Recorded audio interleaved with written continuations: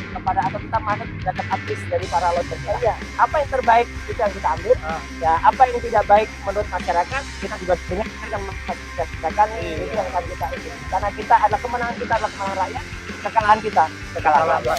Bahkan dengan sangat kooperatif kami ya, Pak tadi dengan sendiri minggu depan silakan datang sekali saja.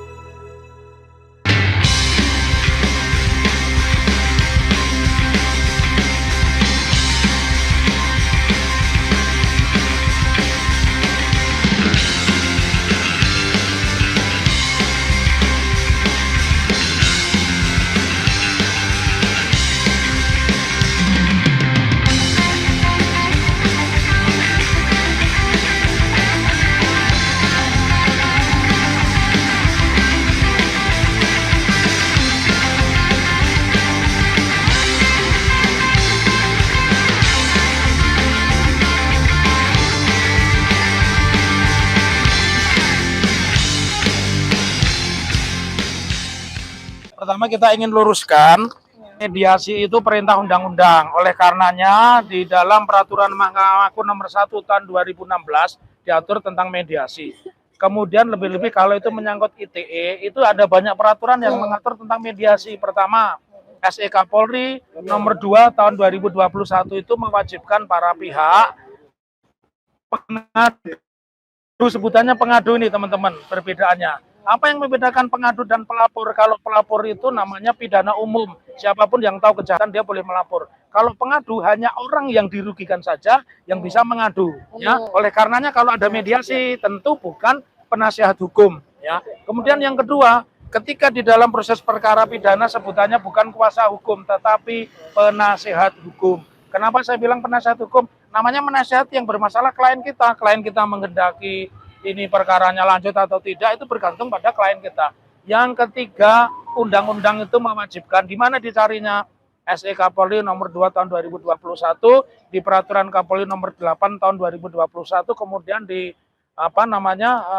surat keputusan SKB, surat keputusan bersama yang ditandatangani oleh Komdiki, Jaksa Agung dan Kepala Kepolisian Republik Indonesia. Jadi teman-teman jangan dikacaukan kalau upaya mediasi dipikirnya berkhianat. Berkhianat kepada siapa? Orang ini delik aduan kok. Kalau perkara pembunuhan, ya perkara perampokan, korupsi itu berkhianat kalau ada perdamaian. Karena yang membedakan di situ, teman-teman mesti pahami dulu. Jadi aku ulang, di dalam perkara pidana kami berapapun banyaknya itu jabatannya adalah penasihat hukum yang bisa memberikan nasihat saja, tidak bisa mewakili. Kalau perkara perceraian, perkara sengketa tanah, ya kemudian PHI Perselian Hubung Industrial, nah itu baru perkara perdata sebutannya kuasa hukum.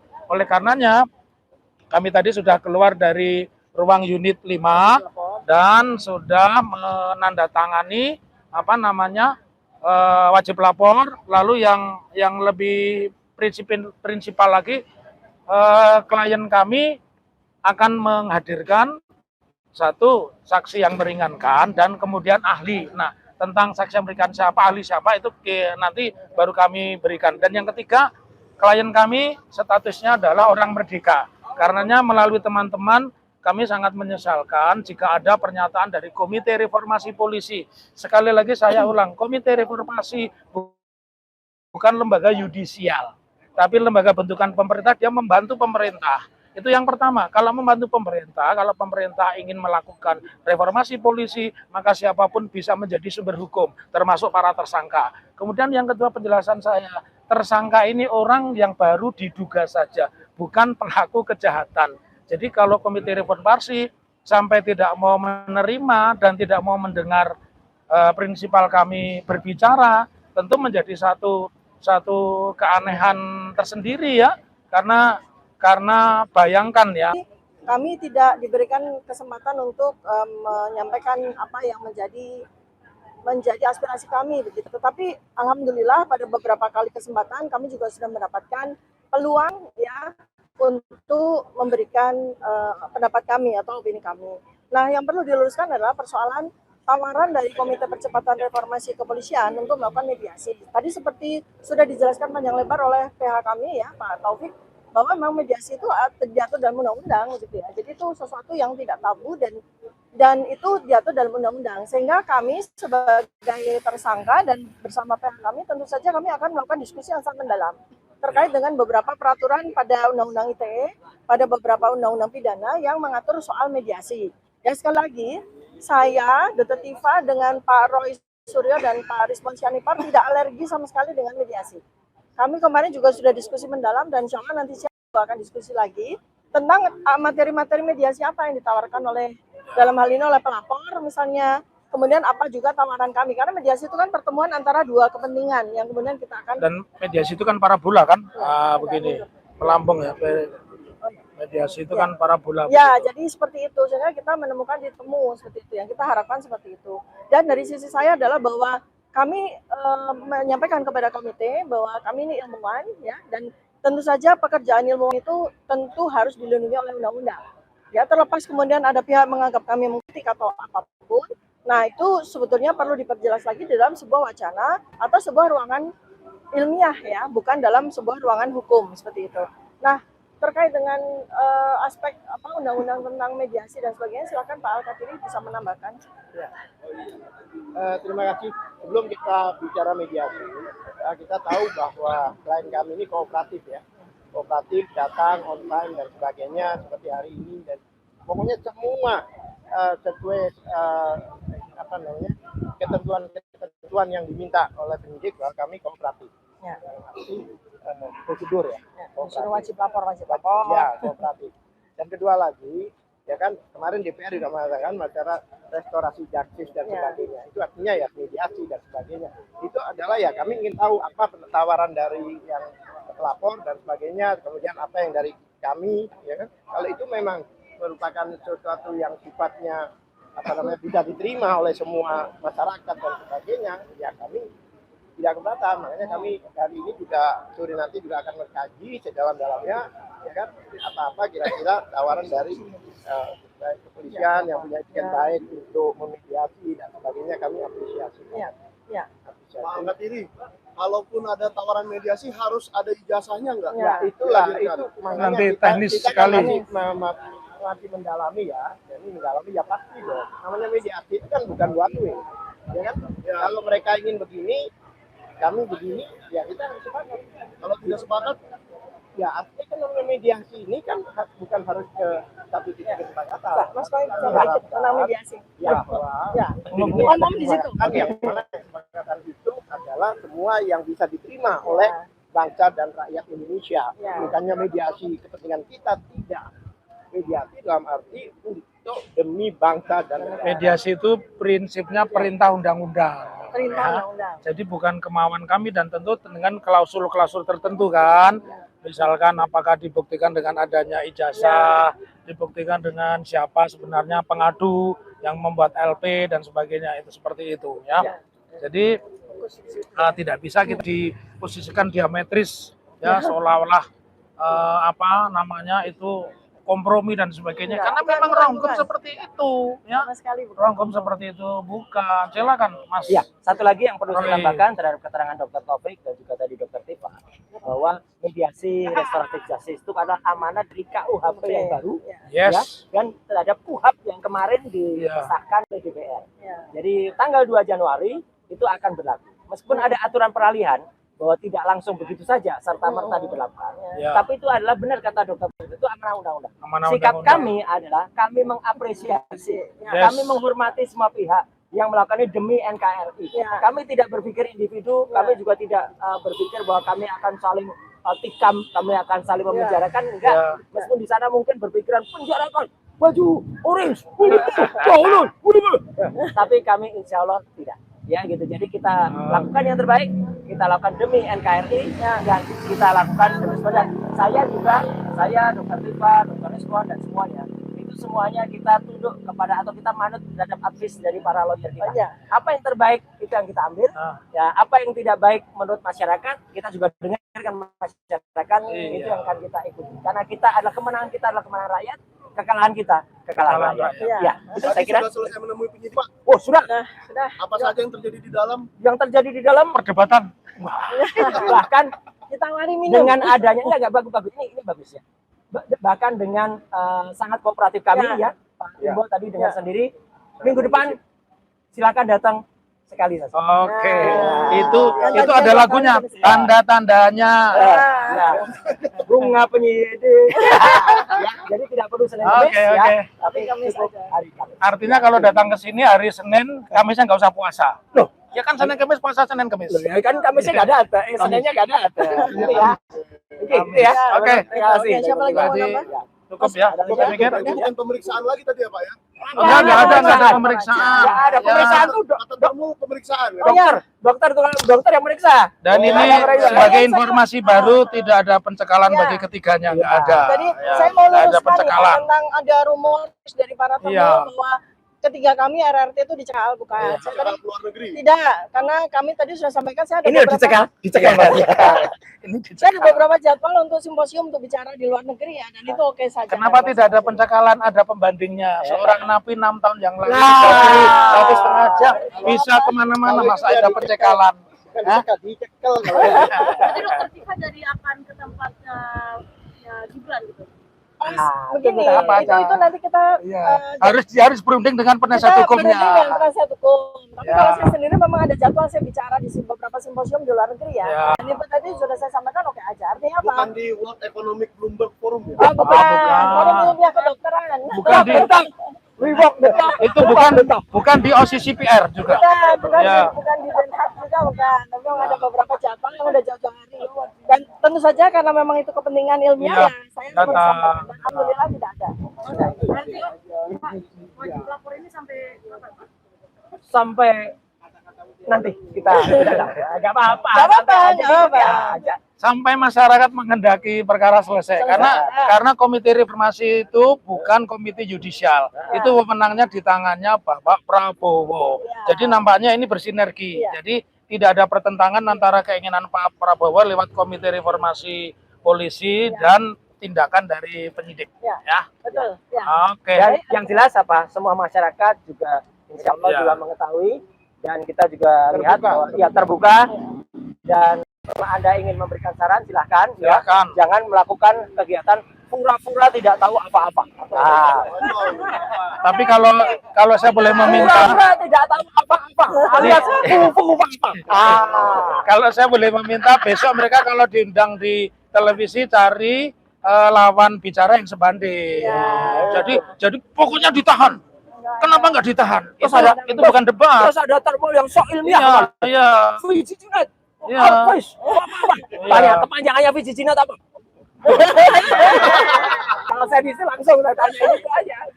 Oke. Kalau Anda tanya pribadi, keinginan saya mereka bertiga datang ke saya tak ajak makan sate Pak Kasdi. Ya, di Solo. Oke, terima kasih semuanya. Thank you. Waalaikumsalam. Ya, siapa ini? Ini punya siapa? Kita jam 2 ya. Ini punya siapa? Ya. Ini saya mau nanya kepada advokat Bang Solo nih, bukan sebagai bukan Gimana? sebagai PH-nya dokter Tika Oke. ya. Nah, tadi malam kan ternyata terbukti Yes. bahwa ada sebuah ini siapa nih? Apa Pak? Sampai nanti malam. Oh, sampai nanti lah. Oh, ya sudah kalau kayak. Ya. Kapan sih? Besok. Nah, ini makanya mau. Oke, bisa. Nah, ini lagi Jam diskusi, 2 ya. Ya. diskusi antara PH dan klien. Ya. Ini bentar. Nah, yang saya mau tanya ini Pak Taufik. Apa tuh? Kan Bang Rustam beberapa minggu lalu mengatakan, Ya. katanya anaknya Dumto mengatakan itu foto bapak saya. Ya. Tetapi ternyata anaknya Dumatno itu katanya anggota DPRD Solo. Gimana tuh Pak? Dia kan Ini. pejabat publik kalau begitu. Harus boleh bertanggung jawab dong. Kita minta tanggung jawab. Jadi begini, salah satu unsur penting dari lahirnya Mahkamah Konstitusi itu membuat persamaan kedudukan di depan hukum, apakah warga masyarakat atau bukan warga masyarakat. Bahkan yang terbaru putusan Mahkamah Konstitusi kan mengatakan menangkap jaksa itu tidak perlu izin jaksa agung, lebih-lebih terhadap anggota DPR itu sudah turun putusan Mahkamah Konstitusi tahun 2008 bahwa memeriksa anggota DPR itu tidak perlu memerlukan izin dari siapapun, itu yang pertama. Yang kedua, kalau kita sebagai tokoh publik maka kewajiban kita adalah menjadikan contoh untuk menghormati hukum. Jadi tidak ada salahnya, dan tentu apalagi kalau dia tahu, dia justru harus berkewajiban menjelaskan kepada masyarakat tentang asal muasal dari perkara itu. Berarti si anggota DPRD Solo ini punya kewajiban pada rakyat ya? Sangat punya kewajiban. Dari mana dia digaji dari APBD dan APBN kok dia tidak tunduk pada rakyat? Ya. Jadi tidak ada alasan pengecualian. Yang dikecualikan kalau saya sebagai ahli hukum dari undang-undang itu cuma satu. Orang yang tidak bisa diminta pertanggungjawaban. Siapa itu? Pasal 44 KUHP, orang yang miring, ya, yang masuk kategori SGM, sinting, gila, miring. Nah, itu yang tidak bisa diminta pertanggungjawaban. Oh iya. Jadi tapi kalau dia SGM harus dimakzulkan dari anggota DPRD dong. Iya. Kan harus sehat. Betul, sehat, betul, gitu ya Pak ya. betul. Berarti diminta ya. Rakyat Solo boleh meminta nih ya. Boleh meminta. Kan mereka yang memilih. Iya, karena mereka dipilih langsung, ya. Oke. Ada lagi Pak Andika nih. Pak Andika nampil sebentar dong. Ya di sini di Biar yang ganteng channel kelihatan. Santana. Jadi otak di balik citizen lawsuit. Andika ini akan menjelaskan latar belakangnya kita mengajukan gugatan citizen lawsuit dan sudah sampai pada apa dan kenapa tiba-tiba dan apa gunanya sih? Ya, silakan. Silakan Bang. Nah, jadi citizen lawsuit ini kan sebenarnya kita tidak menuntut macam-macam, hanya satu saja. Kita tidak menuntut kerugian, kita tidak menuntut apapun selain satu, yaitu Jokowi menunjukkan ijazahnya, UGM menunjukkan berkas-berkas pendidikan yang lain, kemudian polisi juga menunjukkan berkas-berkas yang telah disita. Nah, tujuannya adalah yang membuktikan, karena apa? Pak Jokowi sendiri kan dalam berbagai kesempatan kan sudah pernah bilang bahwa beliau itu akan menunjukkan ketika diminta oleh persidangan. Ya. Gitu. Tapi dalam mediasi kemarin sepertinya kok susah banget gitu. Jadi sudah diminta oleh mediator, bahkan dari mediator pun sudah diberikan sebuah kesempatan ataupun sebuah fasilitas, yaitu kalau memang tidak mau hadir ya kita Zoom. Kalau memang tidak mau Zoom ya ijazahnya dibawa oleh kuasa hukumnya. Itu ditolak semua. Nah, malah justru kan sekarang kan terus bagaimana? Berarti Katanya boleh dikategorikan pembohongan publik ya, Pak? Ya, bukan pembohongan publik, ya, malah masuk obstruction of justice, menghalangi proses penyidikan. Ya. Itu.